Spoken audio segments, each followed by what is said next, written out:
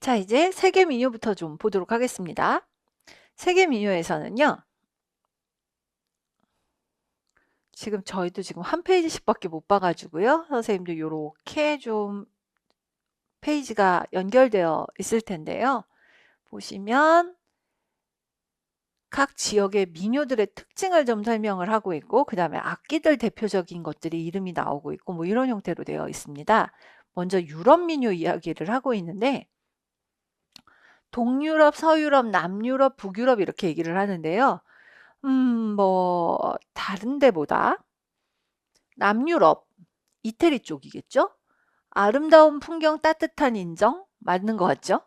북유럽, 애수를 띨이라고 이야기를 하는데, 뭐, 대충 뭐, 우리가 흔히 이야기하는 민요들의 특징하고 좀 맞는다라고 이야기를 할 수도 있습니다. 자, 영국의 백파이프, 스위스의 알펜호른, 알프스의 호른이라고 해서 굉장히 긴 악기, 이렇게 땅에 끌리도록 긴 악기, 그 얘기하는 거고요. 뭐 그런 악기들이 예가 되고 있습니다. 그 다음에 발랄라이카 이쪽에 있어서 그렇지 러시아를 유럽에 넣는 게 맞겠죠? 발랄라이카라고 하는 러시아 악기가 소개가 되고 있는데 발랄라이카는 민요 제목으로도 사용이 되고 하니까 한번 봐주셔도 좋을 것 같습니다. 자, 그 다음에요. 아시아 민요의 특징 이야기를 하면서 자연과 더불어 뭐 이런 거 나오는데 그건 그렇게 저희가 별로 할 얘기가 없고요. 여기 우드라고 부르는 시리아 악기가 우리가 흔히 류트라고 서양 악기에서 많이 보는 그 악기입니다. 왜 중동에서 유럽으로 넘어온 악기라고 이야기했으니까 그렇게 보셔도 될 거예요. 시타르라고 하는 인도 악기 얘 좀 기억해 주시면 좋겠어요. 시타르는 옛날에 비틀즈 멤버들도 가져다가 연주를 시도해 보기도 했었다 뭐 이런 이야기가 있는 유명한 악기이고요. 일본의 샤미센이라고 하는 악기는 일본을 대표하는 악기입니다. 가부키 같은 거 할 적에도 들고 있는 거 많이 보실 거고요. 일본 코미디 같은 데도 정말 많이 나타납니다. 그래서 대표하는 악기로 보통 일본에서 뭐 한다 그러면 저 악기를 딱 들고 서 있고요. 얼후는 두 줄짜리 현악기인데 딱 보셔도 아시고 두 줄이라고 말을 하는 순간 금방 알아보시겠지만 예, 아, 중국판 해금이라고 보시면 돼요. 중판 해금이고 당연히 이 악기는 해금하고 같은 기원을 가지고 있을 겁니다. 근데 뭐 얼후가 해금이 됐나? 이렇게 보기는 어려울 것 같아요. 왜냐하면 저희는 흔히 해부족의 악기를 받았다라고 이야기를 하고 이게 고려시대 때 들어왔다고 이야기를 하는데 얼후의 기원이 원래 중국에서 있었던 것인지 아니면 비슷하게 중국도 그런 어떤 서역에 있는 어떤 민족들이 사용하던 것인지까지는 잘 알려지고 있지 않습니다. 얼후는 쇠줄을 사용을 합니다.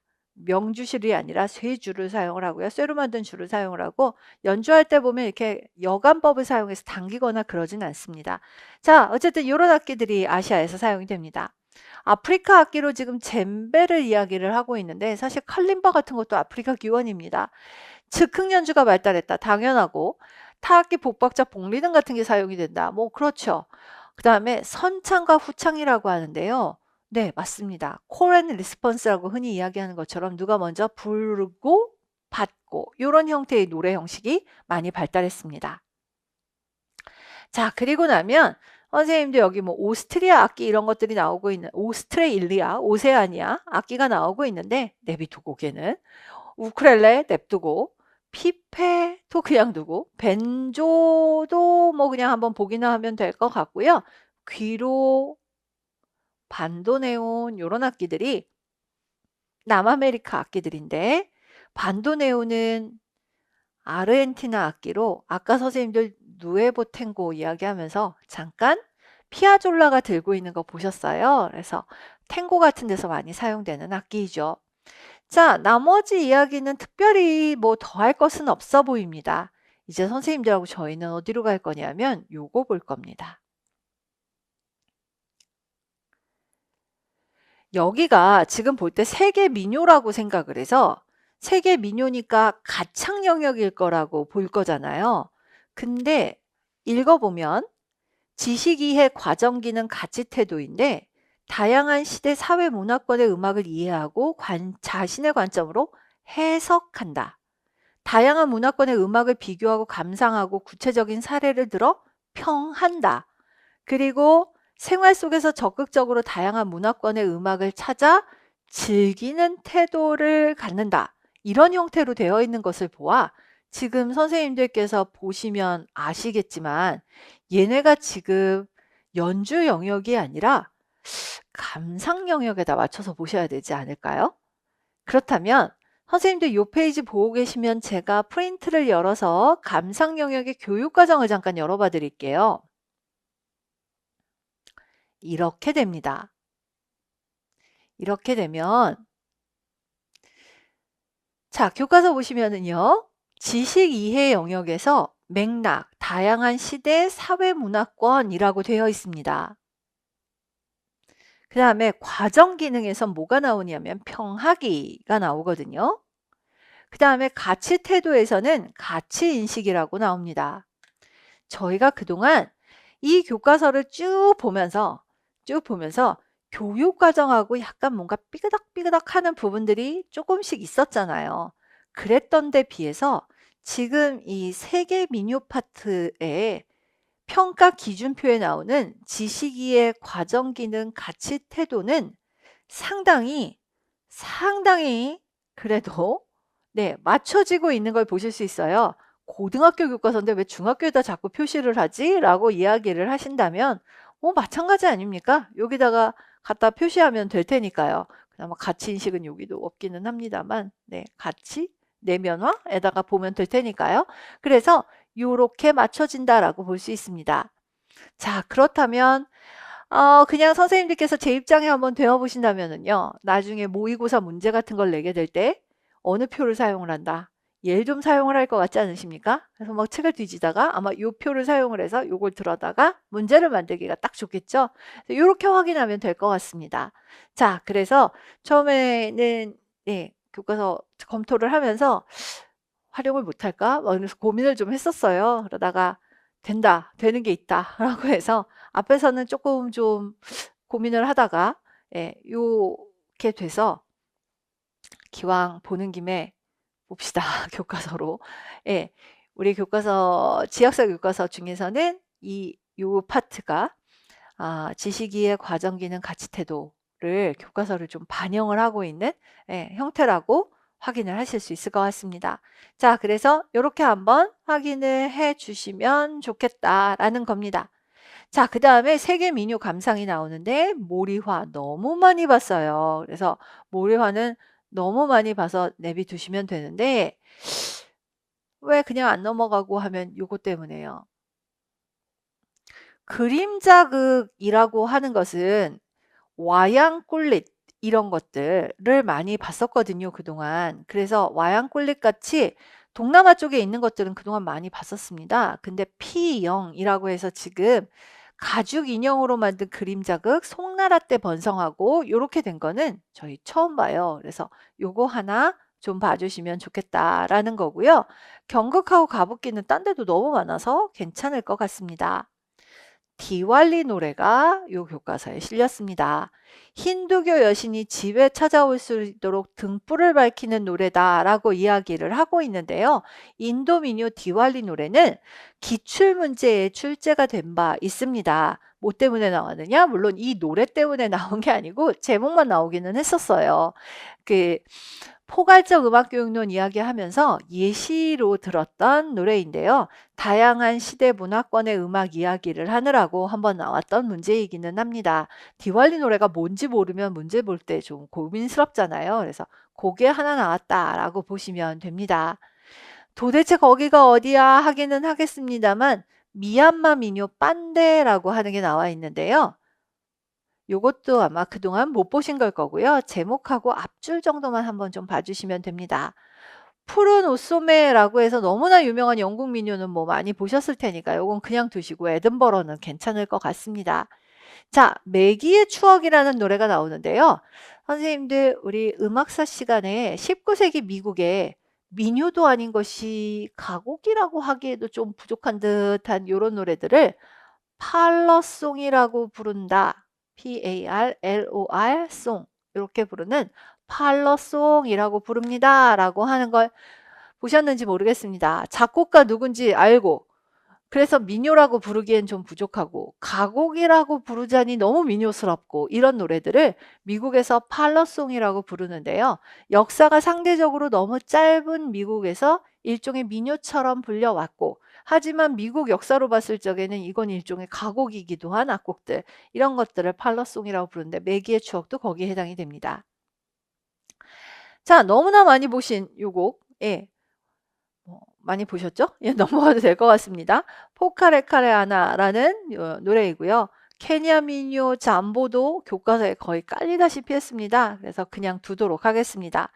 자, 그 다음에 남북한 문화교류 방안이라고 해서 범교과 관련된 이런 것들이 이 지역사 교과서에 제법 많습니다.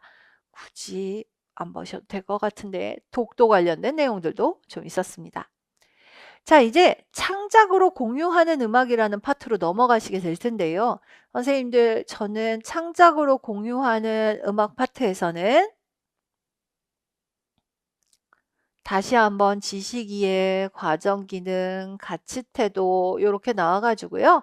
창작 파트에서 먼저 지식이해 파트에서는 음악 요소 및 조건 뭐 이런 것들이 나오고 있는 것을 보실 수가 있을 거예요. 그리고 과정기능에서는 매체에 의해 뭐 완성도 뭐 이런 것들이 나오고 있는 것을 보실 수가 있을 텐데요.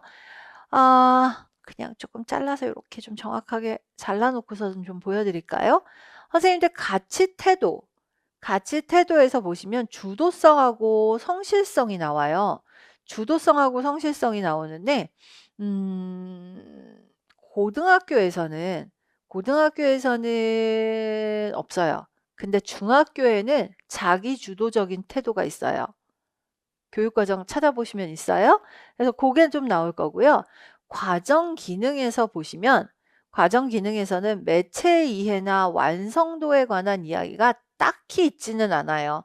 그냥 어떻게 활용해서 창작을 한다 정도는 있지만 매체 이해, 매체와 관련되어 있는 내용이라든가 뭐 매체를 활용하는 작곡이라든가 악보 체계라든가 이런 거는 되려 지식 이해에 있습니다.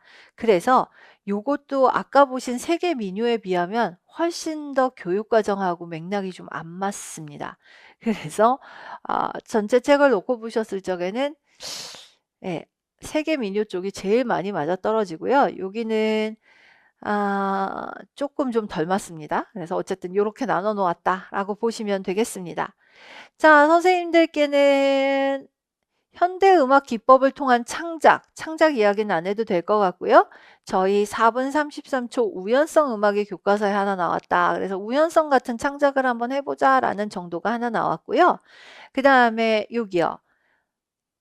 미니멀리즘이 하나 나와 있는데요. 미니멀리즘 중에서는 필립 글라스가 나왔어요. 필립 글라스가 영화 The Hours라는 영화에 요 I'm going to make a cake 라고 하는 요거를 하나 제시를 하고 있더라 라고 보시면 될 것 같습니다. 자, 그래서 요 얘기 하나 하고 있다 라고 보시면 될 것 같은데요. 필립 글래스는 굉장히 그 미니멀리즘을 잘 쓰는 작곡가로 유명했던 작곡가인데 지금 보시는 것처럼 워낙 잘 팔리다 보니까 일찌감치 영화판에 들어와서 아주 이름을 날린 음악가이기도 합니다. 어쨌든 미니멀리스트 중에 대표적인 작곡가이다 라고 보시면 됩니다. 자, 그 다음에 음열음악의 예로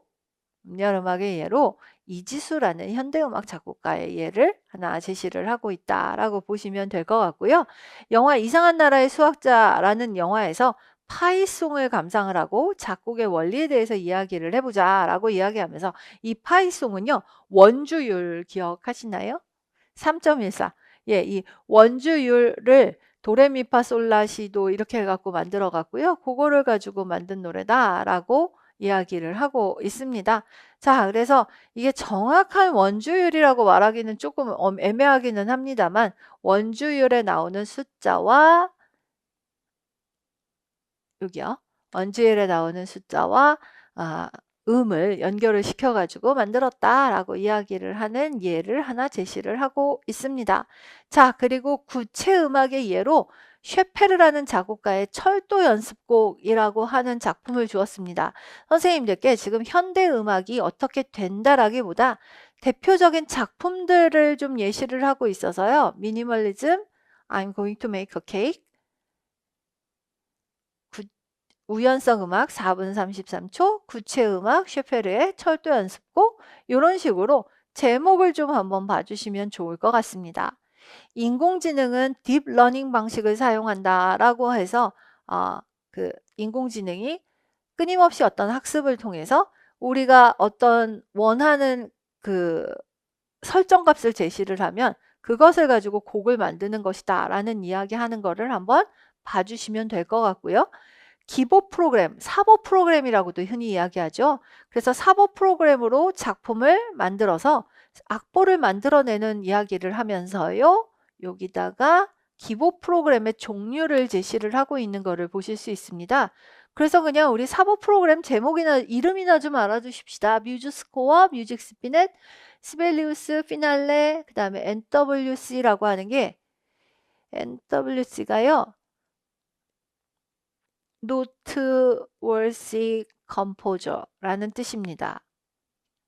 기록할 만한 가치가 있는 작곡가 뭐 이런 뜻을 갖고 있겠죠. Noteworthy Composer라고 되어 있는데요. 뭐 이런 겁니다. 그동안도 많이 보셨는데 지금 보시는 거와 마찬가지로 지금 빠져있는 내용을 보자는 것이지 뭐 다른 게 없습니다. 자, 그 다음에 선생님들 요건데요. 피지컬 컴퓨팅 도구라고 되어 있는 겁니다. 피지컬 컴퓨팅 도구는 현실의 세계와 디지털 세계가 상호작용할 수 있도록 돕는 도구를 말한다 라고 이야기를 하는데요. 선생님들 요거는 지금 그래서 미술관에 갔더니 작품을 만지니까 소리가 났다. 작품에서 소리가 나게 하려면 어떻게 하지? 라고 이야기를 하면서 내가 알려줄게 라고 하면서 지금 이 친구가 연필, 종이, 컴퓨터, 피지컬 컴퓨팅 도구를 준비해 봐봐 라고 이야기를 하고 요 피지컬 도구를 피지컬 컴퓨팅 도구에 대해서 이야기를 하고 있는 게 있어요. 예를 들면 종이 피아노에서 소리가 나게 하려면 이라고 이야기하면서 뭔가를 만지면 소리가 나게 한다라고 하면 종이 피아노를 하나 그려놓고 거기에 코딩 프로그램을 연결시켜서 소리를 내게 하겠다라고 합니다. 그러면서 그거를 하려면 거기에 연결시켜주는 요게 필요한데 지금 여기서 다루고 있는 이 기기는 그 컴퓨팅 도구는 마이키라고 이야기하는 요걸로 보여요. 그래서 마이키가 맞나? 예, 마이키라고 하는 요걸로 요겁니다. 그래서 요 도구로 알파벳과 화살표를 뭐 연결시키고 하는 요거를 보여주는데요. 선생님들 이거 보시려면 실제로 이게 그 접촉하는 면에 그 최소한의 어떤 아주 작은 전류라도 흘러야 되거든요. 사람이 감전될 정도도 필요 없고 아주 작은 전류가 필요해서 전도성 물질을 만들게 하기 위해서 그 연필심으로 건반에다가 이렇게 칠을 해갖고요. 그걸 가지고 칠해서 종이 피아노를 만든다라고 이야기를 합니다. 이거를 뭐 약간의 전류가 흐르게 만드는 걸로 해서 종이로 만든 뭐 드럼 뭐 이런 것들을 연결할 수도 있고 이렇게 하는 방법들을 활용하게 되는데요. 선생님들 이게 시험에 과연 나올 수 있을까라고 하면 그런 거는 아닐 것 같고요. 어쨌든 코딩 프로그램을 사용을 해서 이렇게 만드는 과정이 나오고 있는데 이걸 우리가 그림으로 봐서는 도무지 무슨 얘기하는지 느낌이 안 오실 것 같아서 제가 선생님들께 링크를 하나 걸어놨어요. 이걸로요. 그래서 조금 형태는 다르기는 합니다만 종이에다가 연필심으로 이렇게 그려가지고 하는 게 아니라 아주 작은 전류가 흐르게 만드는 걸 만들어서 이 디지털 컴퓨팅 도구를 사용을 해서 건반하고 여기 코딩 프로그램에서 소리를 연결시키고 그것을 지금은 저기 종이 건반에다가 악어 클립으로 끼우고 이쪽에다가 연결을 시키는 건데 거기선 이 종이 건반에다가 이걸 연결시키는 방법을 사용을 해서 소리를 만들어서 연결시키는 방법에 관련된 동영상을 만들어 놨습니다. 선생님들 지금 이게 특히 초등학교 음악 수업에서는 굉장히 많이 활용이 되고 있어서 이와 유사한 동영상들이 상당히 많아요. 그러니까 한번 요거를 좀 보셔도 좋을 것 같고요. 아직 시험에 나오는 게 좀 시기상조다라고 생각을 하신다면 뭐 그냥 거기서 멈으셔도 될 것 같습니다. 자, 그래서 이러한 형태로 만드는 기법들을 활용을 한다라고 일단 한번 봐주시면은 좋겠습니다. 자, 그래서 한번 일단 동영상은 한번 좀 꼭 봐주셨으면 좋겠습니다. 많이 걸리지는 않고요. 그냥 밥 드시면서 그냥 이렇게 켜놓고 저런 식으로 연결을 해서 전류를 통하게 하는구나 라고 해서 보실 수도 있을 겁니다. 뭐 이거 바나나 갖고 하시는 분들도 계시고 별별 방법들을 다 사용을 하는데 교과서들마다 이와 유사한 방법들을 많이 사용을 하고 있습니다. 저희가 어떻게 교과서를 꼭 그렇게 짜려고 한 것은 아닌데요. 요와 관련된 내용들이 이제 앞으로 교과서들에서 계속 나오게 될 거예요. 그래서 그런 내용들이 좀 보이시게 될 거다라고 보시면 됩니다. 오르골은 되려 선생님들하고 그동안 좀 했었어요. 흔히 천공식 오르골이라고 해서 펀칭기로 펀치를 뚫어가지고 높이를 이쪽으로 만들고 그 다음에 길이를 이쪽으로 이렇게 만들어서 우리가 높이하고 길이를 펀치로 뚫어가지고 이걸 돌리면 오르골의 소리가 나는 원리를 만들어 볼 수 있는데요. 이 금속판의 돌기나 구멍에 이 펀칭기, 이 구멍 뚫린 게 걸려가지고 소리를 내는 그런 원리를 만든다라고 이야기를 하는 겁니다. 자, 그 다음에는 영상에다가 사운드 입히는 과정에 대해서 이야기를 하는데 폴리 아티스트, 폴리라는 사람 이름을 따갖고 와서 폴리 아티스트 가 하는 일이 그거라 그랬죠. 그리고 그것들을 만드는 걸 폴리 사운드라고 이야기를 하는데요. 다양한 실제 그 동영상을 갖다 놓고 거기서 나오는 다양한 사운드들을 우리가 뭐 아니면 뭐 가상악기를 사용을 하든 아니면 실제 소리를 녹음해서 넣든 이런 효과음들 같은 것들을 사용을 해서 거기에 집어넣어서 녹음을 하는 방법들 이야기를 했었습니다. 그것 때문에 무료로 만들어진 음원 제공 사이트들 같은 데서 적당한 음원을 찾아서 넣는 방법들도 있을 것이다 라고 말씀을 드렸었고요. 뭐 그런 이야기들이 좀 나오고 있습니다. 자, 그 외에 창작에 관련된 것으로 지금 랩이라고 되어 있는 것들도 잠깐 좀 나오고 있는데요. 이건 뭐 별거 없습니다. 그냥 랩으로 만들어서 해보는 표현인데요.